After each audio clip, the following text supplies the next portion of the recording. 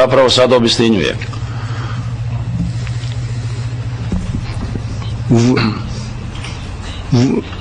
Vous venez de donner un petit détail. Upravo ste naveli jednu pojedinost. Rekli ste da ste pratili postupak protiv Šešelja. Zašto ste pratili ovaj postupak i otkada? Pazite, molim vas, ja sam kriminalista i jednom policajac, uvijek policajac.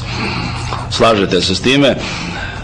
Prema tome, pratio sam sve postupke koji se vode u ovom tribunalu, pratim postupke koji se vode tamo na sudovima za druga kaznena djela i onda sam vidio nastupe gospodina Šešelja prema sucu Šemburg, ili kako se zove, oprostite ako sam krivo, gdje ga je on zapravo svojom korektnošću molio da ne bude grub i tako dalje, da ne govori za svoju štetu i tako dalje.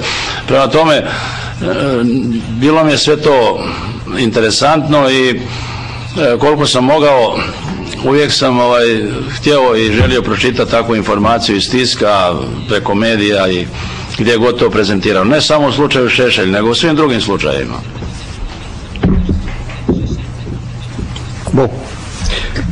U redu. Izvolite, gospodine Šešelj. I vi, gospodine Matovina, imali želju da dođete ovdje i da branite Šomburga od mene?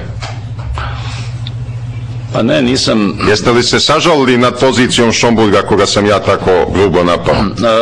Pa ne, vidio sam toliku dobrotu u tom sucu da zapravo vas je razoružao svojom dobrotom.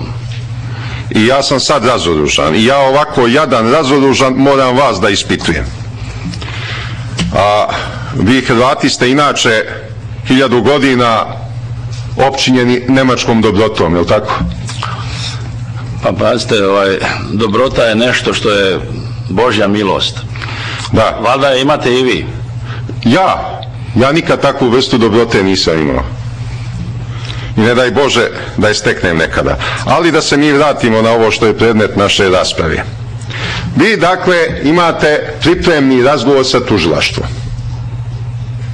I u tom pripremnom razgovoru, da sad zaobiđem ovo što ste kontaktirali hrvatske vlasti, pošto to nećete htjeti da priznate. U tom razgovoru pretpostavljam da vam je gospodin Mizemajer pokazao, ili Muzemajer, da nisam pogrešio u prezimenu. Možda mi prevodlac može pomoći, pošto mi je teško da čitam ovo. Vama je sigurno pokazao u vašu izjavu iz 2002. godine, je li tako? Točno je. Da li ste možda zajedno pročitali tu izjavu na licu mesta? Ja sam je sam pročitao, a zapravo ostala mi je u sjećanju i tako mi je svježa. Gotovo sam sve detalje u njoj prepoznao. I kad ste vidjeli ovdje ovaj deo, to je pri kraju izjave, gdje govorite o Voćinskom incidentu, takav je naslov, vidjeli ste tamo da stoji u vašoj izjavi da je masakr počinila paravojna postrojba iz Srbije Beli orlovi. Jeste li se tada setili da kažete gospodinu Mizemajeru nisu samo Beli orlovi nego i Šešeljevci? Ili neki su pominjali i Šešeljevce u istrazi ili nešto slično. Jeste li to rekli gospodinu Mizemajeru? Ne, nismo o tom